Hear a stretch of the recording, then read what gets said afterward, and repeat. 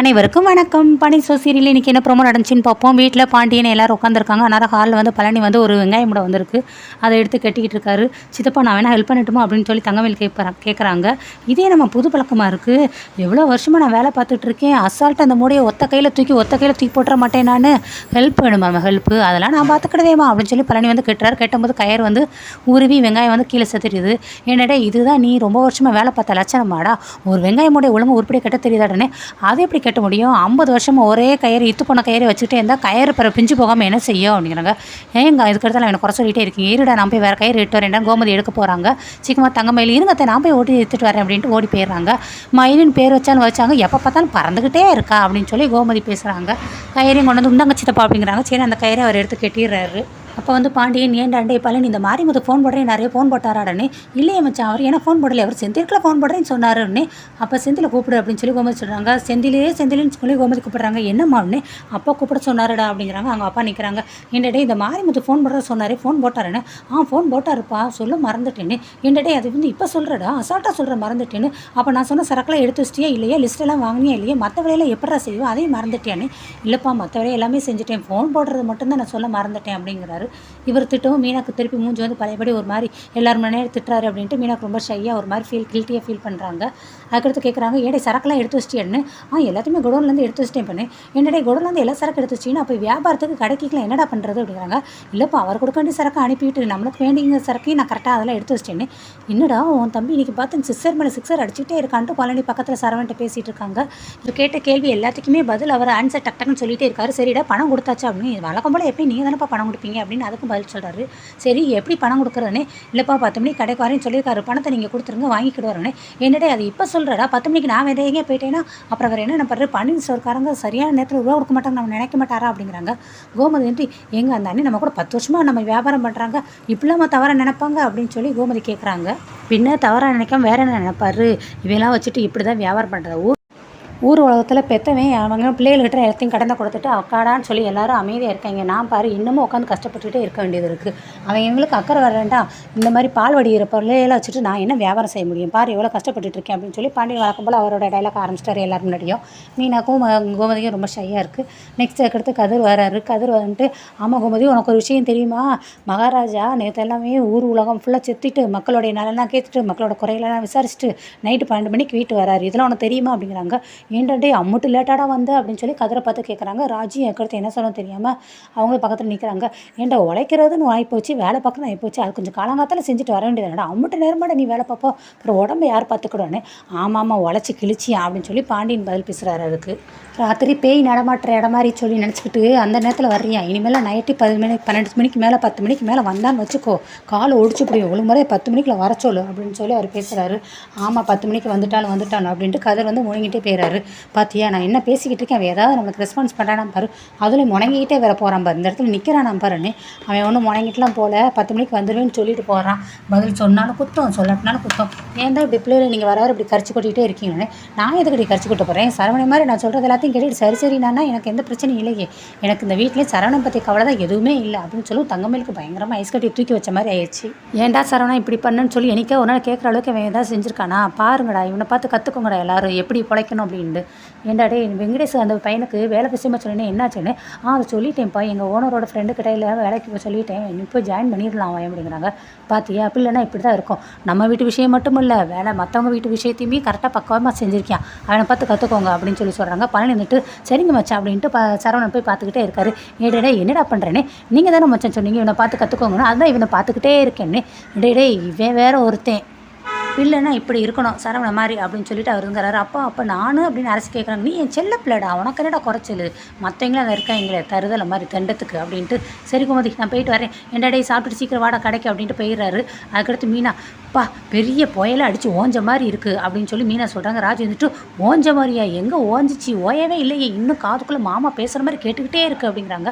பழனி அதுக்கு பதிலாக ராஜி சொன்ன உடனேவும் பழனி சொல்கிறாரு உனக்கு அது இப்போ கொஞ்ச நாளாக தான் இருக்குது, ஆனால் என்னோட நிலைமையை வச்சுப்பாரு எவ்வளோ வருஷமாக நான் இங்கே இருக்கேன், தூங்கும்போது கூட மச்சான் என் காதில் பேசுகிற மாதிரியே இருக்குது அப்படின்னு பழனி சொல்கிறாரு. உடனே கோமதி வந்துட்டு ஏண்டா பேசுகிற மாதிரி இருக்கா இல்லாட்டா ஏசுகிற மாதிரி இருக்கா, இப்போ கரெக்டாக சொன்னக்கா அப்போ உன் காதலையும் மச்சான் ஏசுகிற மாதிரியே இருக்கும் அப்படிங்கிறாங்க. போடா நீ அப்படின்னு சொல்கிறாங்க. அக்காவும் ரொம்ப பாதிக்கப்பட்டிருக்க போலுக்கு, என்னடா மாப்பிள்ள அப்படின்னுக்காங்க. அதுக்கடுத்து எல்லோரும் சாப்பிட்றாங்க உட்காந்து. அதுக்கடுத்து சரவணனுக்கு வந்து இன்னும் ஒன்று சாப்பிடுங்க மாமா, சாப்பிடுங்க ஒன்றும் செய்யாது அப்படின்ட்டு தங்கமயில் பரிமாறிட்டே இருக்காங்க. இது கோமதி விட்டு ஷோ எப்பா பயங்கரமாக இருக்கே, தாங்க முடியலன்னு கோமதி இதுங்கிறாங்க. அடுத்து சித்தப்பா, என்ன சித்தப்பா குழந்தை மாதிரி கொஞ்சோண்டு திங்கிறீங்களா, எல்லாம் நிறைய சாப்பிடுங்க பாப்பான்னு. இது நான் நிறைய சாப்பிடாம கொஞ்சமாக திங்கிறேன். ஏமா இது நான் நிறைய நல்லா தான் சாப்பிட்றேன், எனக்கு போதுமான்னு. இன்னும் 2 தோசை மட்டும் ஆக்கிட்டுமா, அதெல்லாம் ஒன்றும் வேண்டாம்னா. செந்தில் தம்பி உங்களுக்குன்னு இல்லை போதும் அப்படின்னு செந்தில் சொல்கிறாங்க. கதை தம்பி உங்களுக்கு 1 தோசை மட்டும்னு இல்லை அதெல்லாம் ஒன்றும் வேண்டாம் அப்படிங்கிறாங்க. அடுத்து தங்கமயில் அடுத்தது கலர ஆரம்பிக்கிறாங்க. காலையில் மாமா கோமா திட்டாங்கிறதுக்காக எல்லோரும் குறையா சாப்பிட்றீங்கன்னு. ஏன் குறையா சாப்பிட்றோமா, யார் குறையா சாப்பிட்றோம், அதெல்லாம் ஒன்றும் கிடையாதுமா, அவரெல்லாம் திட்டுவாருன்னு சொல்லி நாங்கள் சாப்பிடாம வந்து வச்சுக்கோ, பாதி நேரம் நாங்கள் பட்னியாக தான் இருக்கணும். இன்னக்கா அவராட்டி வேலையை பார்க்குறாரு, ஏன்க்கா மாமா மட்டும் இப்படி இருக்காரு அப்படின்ட்டு பழனி அதுக்கு பதில் பேசுகிறாரு.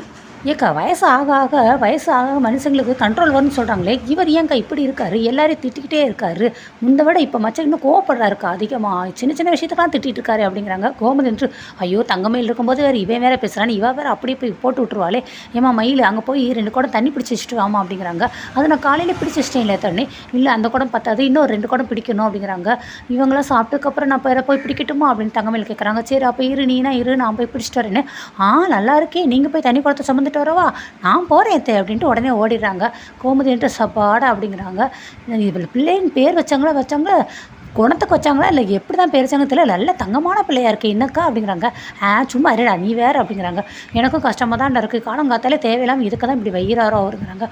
நீ அதுக்கடுத்து அந்த பாயிண்ட்டுக்கு வந்துட்டியாக்கா அப்படின்னு சொல்லி பழனி சொல்கிறாரு. ஏண்டா ஃபோன் போலாட்டினா திட்டுறாரு, வேலைக்கு போயிட்டு லேட்டாக வந்தாலும் திட்டுறாரு, எதுக்கெடுத்தாலும் திட்டியே தான் எப்படிறாருன்னு. ஆமாக்கா மச்சான் வந்து ஒரு கண்ணில் வெண்ணெய் ஒரு கண்ணில் சுண்ணம்லாம் தடவுறாரு. ஏண்டா சரவணா, நீ உங்கள் அப்பா சொன்னதுக்காக நீ மேரேஜ் பண்ணதுனால உனக்கு கொஞ்சிக்கிட்டே இருக்காரு, மற்றவங்களாம் இப்படிலாம் திட்டுறாருன்னு. ஏமாம்மா சும்மா இருமாம்மா, தம்பி இருக்காங்களே அப்படிங்கிறாங்க. ஆமாடா உங்கள் அண்ணனை உங்கள் அப்பா பாராட்டுறாரு, அதே நேரத்தில் உங்களே அர்ச்சனை பண்ணுறாரு, உங்களுக்குலாம் கோவமே வரலையாடானே. எங்களுக்கு எதுக்கு மாமா கோவம் வரப்போகுது, அண்ணனை பாராட்டி பேசினா எங்களுக்கு சந்தோஷம் தானே. இல்லைடா எனக்கே ஒரு மாதிரி அவர் திட்டுறது ரொம்ப கஷ்டமாக தான்டா இருக்குது அப்படின்னு சரவணன்னு சொல்கிறாரு. அண்ணே அதெல்லாம் பற்றி நீ எதுவும் நினைக்காதனே, அவராட்டி திட்டிட்டு இருக்காரு, நாங்கள் தொடச்சி போயிட்டே இருப்போம், நீ அதெல்லாம் யோசிக்காதனே அப்படிங்கிறாங்க. சரி சரவண மண்டையாட்டாரு. இல்லைடா முன்னாடி மாதிரி நீங்கள் சிங்கிளாக இருந்தீங்கன்னா ஒன்றும் இருக்காடா, இப்போ எல்லாருக்கும் கல்யாணம் இருக்குது, உங்களுக்குன்னு பொண்டாட்டி இருக்காங்க, அவங்க முன்னாடி திட்டும்போது அவங்களுக்கு வருத்தமாக இருக்கும்லடா, ஏன் எங்கள் பிடிச்சவங்களாம் திட்டுறீங்கன்னு சொல்லி அவங்க கேள்வி கேட்பாங்களடா. இதுவே ராஜி நம்மளுடைய மீனா அப்படிங்கிறதுனால அவங்க அமைதியாக இருக்காங்க, மற்ற பிள்ளைகளாம் நேரம் சண்டை போடுவாங்களடான்னு.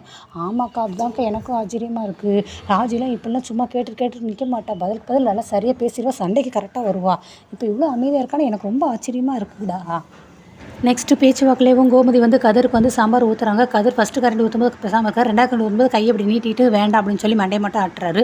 கோமதிக்கு அதுவே ரொம்ப கஷ்டமாக இருக்குது. அவர் அப்படி பண்ணுறாருன்னு சொல்லி ஒருத்தனை பாராட்டுறேன், என்ன வந்து பாராட்டலாம், ஒன்றை பாராட்டுறாங்கன்னு சொல்லி நீங்களே 3 பேருக்குள்ளே ஒருத்தால் சண்டை போடாதீங்கடா, நீங்கள் இப்போ இருக்கிற மாதிரி எப்போயுமே ஒத்துமையாக இருங்கடா அப்படிங்கிறாங்க. சரவணன்ட்டு ஏன் அப்படிலாம் சொல்கிறீங்க, அதெல்லாம் இல்லை நாங்கள் எப்போயுமே ஒத்துமையாக தான் இருப்போம் அப்படிங்கிறாங்க. பழனி வந்து நீ இருப்படா, ஆனால் ஒன்றை பாராட்டிகிட்டே இருக்காரு, அதனால் நீ இருப்பா, ஆனால் அவங்க 2 பேரும் எப்போ பார்த்தாலும் அர்ச்சனை பண்ணிகிட்டே இருக்காரு, அவங்க 2 பேரும் எப்படா இருப்பாங்க அப்படிங்கும். செந்தில் வந்துட்டு இமயம்மா எங்களெல்லாம் பார்த்தா சண்டை போடுற மாதிரியா இருக்குது, அதெல்லாம் கிடையாது, நாங்களாம் அப்படிலாம் சண்டை போடுற ஆளே கிடையாது, அண்ணன் என்ன பாராட்டுறாங்க, எங்களை வந்து அர்ச்சனை பண்ணுறாரே அப்படி நாங்கள் எதுவுமே நினைக்க மாட்டோம், தூக்கி போட்டு போயிட்டே இருப்போம், ஒரு 2 நிமிஷம் நாங்கள் அமைதியாக இருப்போம், அடுத்து நாங்கள் எங்கள் வேலையை நாங்களாட்டி பார்த்துக்கிடுவோம் அப்படிங்கிறாங்க. கதிருமே அவராட்டி அமைதியாக இருக்கார் பேசுகிறத கேட்டுட்டு.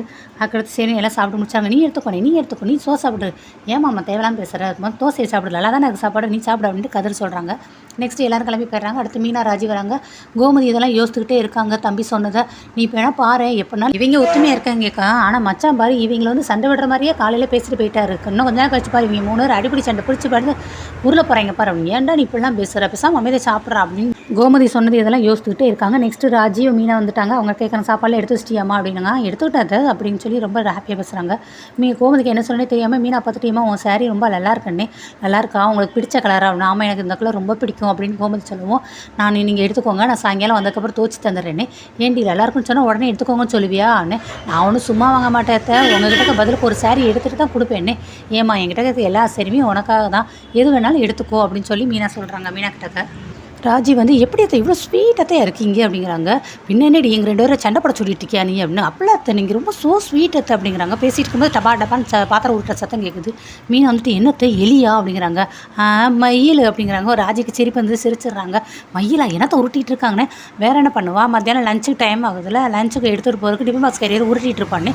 ஏடி அவன் ரொம்ப பண்ணுறாடி, என்ன சொன்னாலும் கேட்டு தொலைய மாட்டேங்கிறான். டெய்லி பெரிய விருந்தே சமைக்கிற மாதிரி ஓவராக ஹோட்டலுக்கு சமைக்கிற மாதிரி பண்ணுறான். சோறு, ரசம், பாயாசம், அப்பளம், கூட்டு, சாம்பார், காரக்குழம்பு இத்தனை இது பண்ணிக்கிட்டு அலையிறா. இன்றைக்கி இருக்கு பாரு அவளுக்கு. இன்றைக்கி வேணால் சரவணனுக்கு மட்டும் வேணால் சாப்பாடு கொண்டு போய் சொல்கிறேன், அவருக்குலாம் கொண்டு போய் விட மாட்டேன்னு. அவங்க தான் கேட்க மாட்டாங்களேன்னு.